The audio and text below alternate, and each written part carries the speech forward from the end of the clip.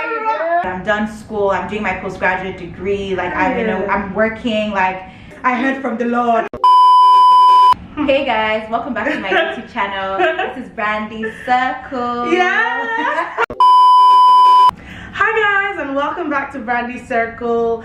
Well, I cannot believe the special guest that I have here, but before we get into that, if this is your first time stopping by, you are definitely welcome. And if it's not your first time, thank you so much for coming back. Don't forget to like, share, and subscribe. I don't want to talk too much now because we have so much planned out for you. So my very special guest here, you guys don't understand. I promise you guys don't understand. This video has supposed to have happened since, but God knows why he does things the way that he does. Exactly. So today we have Toya Zara. Sprinkle, sprinkle, sprinkle. Okay, do you want to introduce yourself? Sure. Hey guys, my name is Toya Zara, or Toya Nozara, Zara Toya. I don't know what you guys know. Whatever. But I'm here for my girl to support her YouTube channel. We're excited to talk today. I don't really know what to expect, but I'm sure it's gonna be good. God is in control. Amen. Hallelujah. All right, guys. Without further ado, let's get right into this video. 5 years of perfect love, 7 more and another one. You guys know that I have been doing a relationship series, nothing too deep, just very casual, very fun, but just, you know, godly relationships and just how to navigate them, because I feel like, you know, in today's world we don't really have a lot of people to emulate in terms of godly relationships. The status quo is what, you know, the world, basically how the world is doing things, and we don't want to do things how the world is doing things, because we've seen the results of what the world is doing. You know, relationships are ending, marriages are ending. It's just chaotic, and we don't want chaos. No. Right? Do we? No. What do we want? Okay. Peace. We want peace of mind. Peace and joy. Exactly. Peace and joy. So today I brought on my sister here. I brought her on because I know that, you know, we have the same values, or at least very, very similar values, with Jesus at the center, you know. So I didn't want to just bring anybody. And one thing I know that you guys don't know is that my girl here is a fiance. Yes, let us see the rock. Let us see that rock. My girl here is a fiance, and okay, I don't want to introduce her for her. Let her do it herself. So Toya, my first question to you is, how did you feel getting proposed to at 21? Oh my goodness, this is a great question. It was obviously shocking. Like, I didn't expect it, but at the same time I feel like age is just a number, in the sense where it's about your maturity, it's about your spiritual maturity. It has nothing really to do with the year you were born, if that makes sense. So a lot of people think like, wow, you're so young, like how did this happen, like how were your parents feeling, just all of these questions around age. But none of those things were factors in my relationship. None of those things were factors in our decision, just because it was the maturity, it was the spiritual maturity. I have to emphasize on that, because that's the biggest thing here. It's your spiritual maturity. And so you can be any age, right? Some people are 28 and they're not ready for this stage of life yet, and that's not to shun anybody or anything, but it's about working on yourself, your spiritual maturity, your relationship with God. Both of you's relationship with God is not just about you, you know. So I feel a lot of peace. I don't really look at the age thing. I don't look at the stage of life as well. Like, yeah, I'm 21, but I'm done school. I'm doing my postgraduate degree. Like, I'm working. Like, so I'm at the right life stage. It's not about the age. So I hope that makes sense. Like, you've said everything. Okay. You have said everything. If there's one thing I always say, is that age doesn't matter. No. That's actually the world's perspective on relationships. Yes, 100%. The world has a pattern that you are meant to follow, but God doesn't follow patterns. God does things the way that he wants to do it, in the time that is right for him to do the things that he wants to do. 100%. Right. And just an example, there's this guy I follow on Instagram. I'm going to mention his name so that you guys can go check him out. His name is Nathan Banji. He's a Nigerian Christian person that I know. He also does like this fitness thing. Anyway, I don't want to talk too much about what he does. I just want to get to the point. The point is that he got married at 22. Wow. Yeah, he got married last year. Nathan, I don't know if it was last year, but I think it was last year. He got married last year and he was 22. Yeah, it was during the pandemic. And obviously the biggest thing for him was telling his dad, you know, that I'm a 22-year-old guy looking to get married. That was the biggest thing, because he has a testimony video on his Instagram, and it was just so beautiful that, you know, he knew that this was what God was calling him to do at this time. And you know, his girlfriend, fiance was already like in the same frame of mind. Yes, you know, it's one thing for one person to be there and the other person is 100%. Not there. They were both there at the exact same time. Wow. So that honestly, I was just like, what? Mind blowing. It's, you see more girls, you know, getting married young. Yes. But guys have this mentality that, you know, I have to be made, I have to have this and that. He was living with his dad when he decided to propose to his wife and, you know, get married and everything. And it was after, you know, it was after they got married, they secured a place, they moved in together. You know, there are no rules. No. Anything that follows rules is worldly standards, and that's just about to say period. that. And just to add to that, we have to be careful as Christians, trying to follow like the standards that the world has set for us. You will miss your blessings like crazy. If you're expecting to have $1 million in your bank account, to have been a CEO of the company, to have moved out of your, like, it could be little things, you know what I'm saying? Like, as long as God did not set that standard for your life, you are wasting your time, because you're operating on a clock that is not spiritual. You're not operating on a divine clock. You're operating on a worldly clock. And we all know what the world has to offer us. Nothing. Nothing. So, you know, I would be very careful about that. Don't set your standards based on what you're seeing on Instagram, based on what your parents did, don't do that. To each its own. Like, my mom was 26, almost 27 when she got married, which is still relatively young, right? Yeah. But I could have easily followed that. I remember even in the beginning, like before I met my fiance and all that, that was what my mom was expecting, and that was what I was expecting as well. You know what I'm saying? But I realized that God had a totally different timeline for me, and that's very okay. That's very okay. Don't let anybody tell you that you're too young or you're too old. Like, for some people it's 35. You know, that don't live your life wondering what people are going to think, the expectations of the world and all that. It is between you, your spouse or your fiance or your boyfriend or whatever, and God. God has to be there. A two-legged stool cannot stand. You need the third leg, and that's God. So don't even try it. Don't try and attempt to be in a relationship that God is not the center of. The stool will fall. Let me tell you guys. You guys thought I was crazy when I was turning her on, but she has gems. Thank you so much. That was absolutely beautiful. Let's get right into the next one. How did you know he was the one? You know, I get this question a lot, and I feel like people are always expecting some, I don't know, I heard from the Lord. You know, when I was sleeping, this voice of the Lord. This is your husband. No. Some people might have that experience, don't get me wrong, but I personally didn't have that experience. You know, I feel like God speaks to us in the language that we understand. For some people it's dreams, for other people it's through people, for some people it's just prayer, it's the word, it's conviction. You know, it's different for everybody, right? That's what I'm saying. It has to be, your relationship with God has to be personal, so personal that he can speak to you and you understand his language, you know? So for me, right, the two things, I would say there are two things that really showed me that Cam was the one. Sorry, my fiance's name is Cam, so if you hear me say Cam in the video, that's what I'm talking about. I didn't want to mention his name, but she did it herself, so no, shout out to you, babe. Okay, so the first thing is, does this relationship make me more like Jesus, right? So when I met my fiance Cam, right, God used him to work on a lot of things in my character, in my life, that at the end of the day, like when I'm assessing my life, when I'm doing some self-reflection,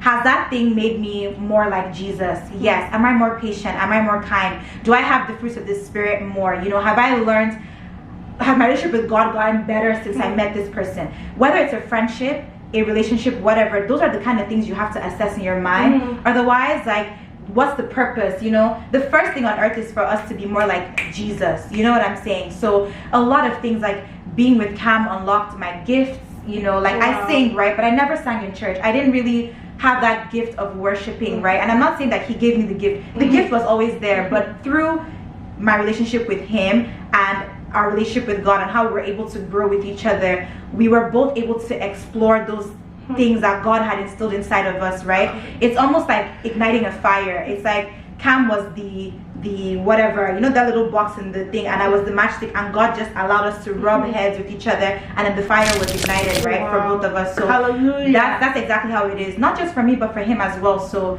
that's the first way I knew he was the one. It was I got closer to God. First of all, I already had a relationship with God, okay? And then I got better in my relationship with God. There's one thing you said right now is that she already had a relationship with God. Yes. Now, a lot of women or girls or ladies are always looking for, you know, that guy that, you know, I want a man that, you know, fears God, a man that fears God. But check yourself first. Examine yourself. Yes. Are you what you want? Exactly. Like, will someone date you? Would a Christian brother see you and be like, yes, I want you? Exactly. So you have to work on yourself first. Yes. Find God first. Yes. And then, you know, you guys will cling to each other. So yeah, I had a relationship with God first, like she said, and then being with Cam allowed that relationship to flourish even more. My gifts were unlocked and my character just got 10 times better. You know, that's number one. So I'm more like Jesus. I'm not perfect, but I'm getting there. You know, like every day I'm getting closer, right? So that's number one. Number two was peace. You know, one of the biggest things for me is peace. That's how God speaks to me personally. It's not always through dreams and you know, prophecies and all these divine spiritual gifts that God gives, right? It's peace. That's my number one conviction. Being with Cam, I had so much peace. Now, I'm not saying that there weren't tough times and we didn't argue once in a while, or we didn't rub heads or you know, clash once in a while. That's not the point. It's the fact that through the storm there was peace. You guys, Lord. it's the fact that even when I would second guess this relationship, God will always give me this peace that calmed me down. You know, both of us, there was so much peace. That's how I knew Cam was the one, because in my other relationships, or like anybody else that I was with, even when things are going good, there's this like, do I, you know, and it allows the relationship to end. Thank you, Jesus. But at the same time, like, peace is the number one thing that you need in anything that you're pursuing in your life, whether it's a job, a relationship, a friendship, you know, whatever. I don't know, you guys get what I'm trying to say, right? Peace has to be the basis, right? So that was it for me. Those are my top two, right? It wasn't always, I can go into the deep spiritual things and the confirmations that I got, but one thing I always tell people is that God will continue to confirm something to you if it is for you, because we're human beings, right? We operate on flesh. Like, we will second guess ourselves, we will doubt our gifts, we will doubt our talents, we will doubt, are you sure this is the one for me? You know what I'm saying? But when God knows us, right? So he will continue to use different things to continue to confirm to us. So outside of my relationship with God and outside of the peace, right, there were many times where I was like, oh, God, like, you know, I want to do this the right way, you know. God will find another way. It could be a prophecy, it would be a dream, it'll be what I'm reading my Bible, just different things, you know. So yeah. Wow.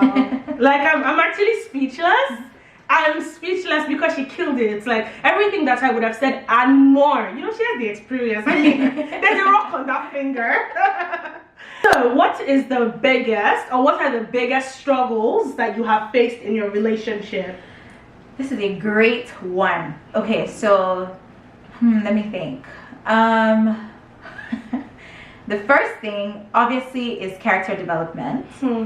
I don't know why, it's like when God gives you something, he will use that thing to test you, because it's almost like he has to purify you, refine you, he has to break you, reposition you, shape you, mold you. And that process is not fun. No, it's painful. Okay, so that was the number one thing. It's like, imagine for 21 years I've been living like this, like, come on, everybody around me knows how I am, and then now this person just walks into my life and is like, that part of your character is not good, you need to change that, you need to work on that. Of course, now, first of all, I'll be like, who are you? Like, this is just how I am. But that's a very dangerous thing to say. This is just how I am. Oh my God, Toya, are you in my mind? Are you in my, no, enter my head. No, it is dangerous. You will be stuck in chains that the devil himself placed in front of you. Being stubborn is not just how you are. Being impatient is not just how you are. Being lazy, oh my is not just how you are, you know, like those are things that God used Cam to break. Broke me. Hey, you guys, I am a different person. Like, you know, you might see me like this and think, oh, this is the same Toya I grew up with or I knew and whatever. The inside, my spirit, my heart, everything about me is totally different because that has been changed. But like Brandy said, or Oyinade, I don't know what they call you on this. They can call me Oyinade or Brandy. Like Brandy said, that process is very painful. It's very hard. It takes a lot. It takes a lot. So, John, I haven't to add to that, or you have said everything. You have said everything. No. You've actually said everything. Two different people from two different backgrounds coming together to be one. That's crazy. Like, it's crazy. I could never understand it because you grew up doing this and it was okay in your household, but that's like the biggest taboo in their household. Exactly. Like, how do you find it? How do you strike a balance? Oh, it's the Holy Spirit. That's why the Bible talks about you have to leave your father's house and become one. Like you have to, and then not just that, but you want to be part of the Jesus tribe. You have to be part of the Jesus tribe. Forget that you're Nigerian or he's Congolese in my what's it called? Or forget that he's Nigerian or that he's Congolese or he's black and I'm white or all of these things. We're Christians First, we're Christian. We should be operating on the same standards, values, everything. That's the number one thing. So go and recheck that thing that you're saying, I am just how I am. Go and check for it in your Bible. If you cannot find it there, if it's not what God has planned for you as a Christian, is it a fruit of the Spirit? Remove it, right? So that's number one. Something else that was really hard, and I'll be honest with you guys, was in the beginning it was, you know, that acceptance from the world thing. You know, this is something that I think I really struggled with, not for long, right, but the process that I did struggle with it, where it was always on my mind, it seemed like forever. It wasn't long, but it was deep. Do you get what I'm trying to say? I felt it because here I am coming from a worldly standard of living, right, and going into a Christian standard of living and rechecking myself, second guessing every decision that I make, you know, worried about posting XYZ, worried about saying XYZ, what are people going to think? I'm so young, I'm thinking about a future with this person. What will my parents think? What will my friends think? I'm just giving you guys examples of things that these are worldly standards that I struggled with. I can't lie, I really struggled. I didn't know like what was too much to say. Would anybody understand? Like, but the truth is they don't need to understand, you guys. Like, this is about you, your man or your girl, and God. Like, this has nothing to do with the people around you, because the Bible says that God will make everything work together for the good of those who love him. I love God, so I know that he will make everything work together. He will make the people around me either disperse from me or understand me. He will make my parents understand me, you know. He will instill in me this peace from the Holy Spirit that will allow me to just do the things that he's called me to do, right? So that's another really like that's so good one. That's so good. And you literally just led into my next question, which is, how did your parents, you know, take it? You know, did Cam approach them and tell them that this is what I'm planning on doing, or was it also a shock to them, like, oh my god, she's engaged? So no, give us definitely wasn't that. Okay, so before I get into the actual process of the engagement, obviously my parents, so I want to start from somewhere, right? For my young girls like me listening, you might even be younger than me, please be an example, live your life in a way that people will respect, you know. My parents trust me so much, like you're literally telling my story, because a lot of people always ask me that, oh, do your parents know about your relationship with Oyinade? I'm like, we've been dating for like what, almost 5 years. Wow. My dad is in love with him. Like, if you could just hug him all the time, you know, how is Oyinade? Exactly. Of course, because they trust me that I'm making the right decision. And me also coming to Christ was like an extra layer. They're just like, you know what, you just sealed the deal. You sealed the deal. Exactly. Like, that's exactly what happened with me. Like, my parents, outside of my relationship, I moved out of my house, like I left home at 13. Okay, I've been living alone for quite a while, and I've been very successful, you know, through the help of God, obviously. But I've, not that I haven't made mistakes along the way, but I have learned how to pick myself up. I model my life to be an example to the people who are younger than me, the people around me, and I wanted my parents to trust that if they leave me in the middle of this the forest, I will be okay, you know. So first of all, my behavior, the decisions that I made, my maturity, everything was just like on point, right? So that's the first thing. I really encourage you guys, like, this is very important. If you're doing anything that is not bringing honor to your parents, if you're doing anything that is making your family or your parents like second guess you, or, you know, please stop. Like, because you don't realize how those decisions you're making at 13, 14, 15 years old will shape you in 5 years time. Wow. Okay, so that's the first thing. So my parents and I like, first of all, we're like this. Secondly, they trusted me, right? So when Cam came into the picture, there was no no, me, I don't know, me, I'm not sure about this one. No, there was none of that. It was like, okay, of course they're gonna ask you, are you sure? Of course they're gonna ask you, they're gonna advise you. Your parents they know more, right? So they're gonna give you, you know, but at the same time, it's coming from a place of, okay, I trust you, I love you, but this is what I have to say about the situation. Take what I'm saying and continue to live your life. Do you know what I'm trying to say? So that was number one. Now, to get into the engagement, yes, Cam did approach them first. So Cam actually, this guy, he spoke to my dad first. Okay, so he called my dad and told him, this is the deal. Period. We love a courageous man, though. I'm telling you, I was like, bear in mind, I'm the first daughter and I'm quite close to my dad, so that took a lot from him, I know. But love will make you do things, okay? Love will give you that courage, and also help from Holy Spirit.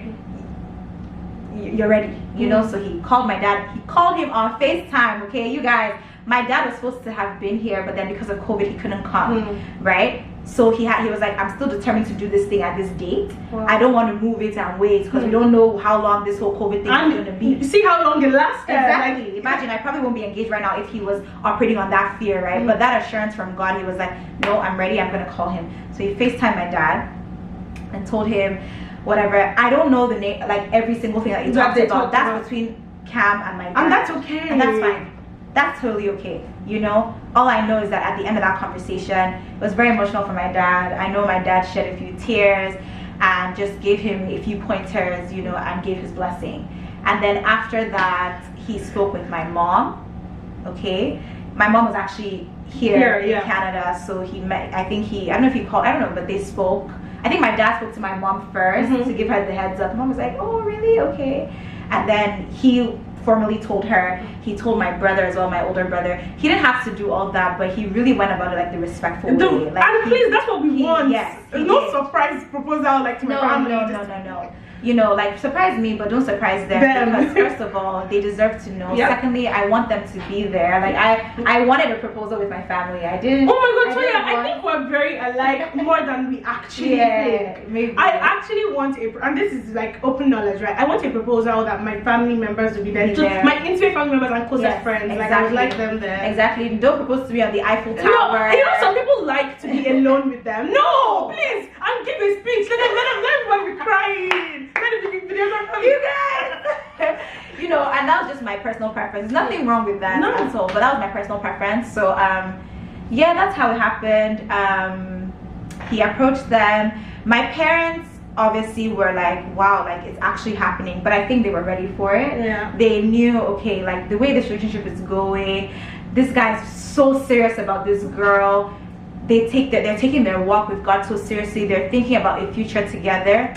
It was already there, you know. So when he came, they were shocked. They were emotional because, like, wow, my daughter, like, it's here. Like, I'm about to be a mother-in-law, a father-in-law, right? So yeah, and I'm the first to get married out of like all the cousins, the young ones, my siblings. So it's quite like, it was quite big for them. Yeah, so that was their reaction. It's so beautiful. Yeah. Like, yes, I'm so emotional right now, just because like apart from you, Toya, I have another friend that's getting married in November in Toronto, and then my friend from Nigeria also got married, and now she lives in America with her husband. Wow. It's just so beautiful, and like we're all in the same age. Yeah. Like God is so good in the way that He orchestrates things, Yes. and we, you know, please don't follow worldly standards, and let God lead you. I pray that we would never leave the path of His will, that we would always be confined to it. Amen. Because when you are confined to it, heightened discernment. In fact, if you are 19 and there's discernment, move ahead. Move ahead. Move girl. ahead. Move ahead. Okay, the next question. Now we're going to get into some what you guys like. Okay. I think I know where this is going. Yeah, you already know. So Toya, relax. I'm relaxed, girl. So, I'm relaxed. obviously we know that, you know, we are trying to do this the godly way, and you know, the one most important thing in a godly relationship is holiness, right? Holiness, purity, trying to not defile the bed, you know. Leave space for Jesus. Exactly. Okay, so we know that, you know, these emotions are there, and they're usually raging. And the reason why I wanted to talk about this on my channel is because when I watch a lot of like Christian couples, they talk about it but not really. They're not talking about They're not talking about how hard it was, you know, what the process was like. Nobody wants to be honest about this. Do you get? So Oh my please, God. you guys know that me here. We open everything. We're very, very Open honest. books. Yeah. So when emotions are raging, how do you deal with them? You guys, let me tell you guys something, okay?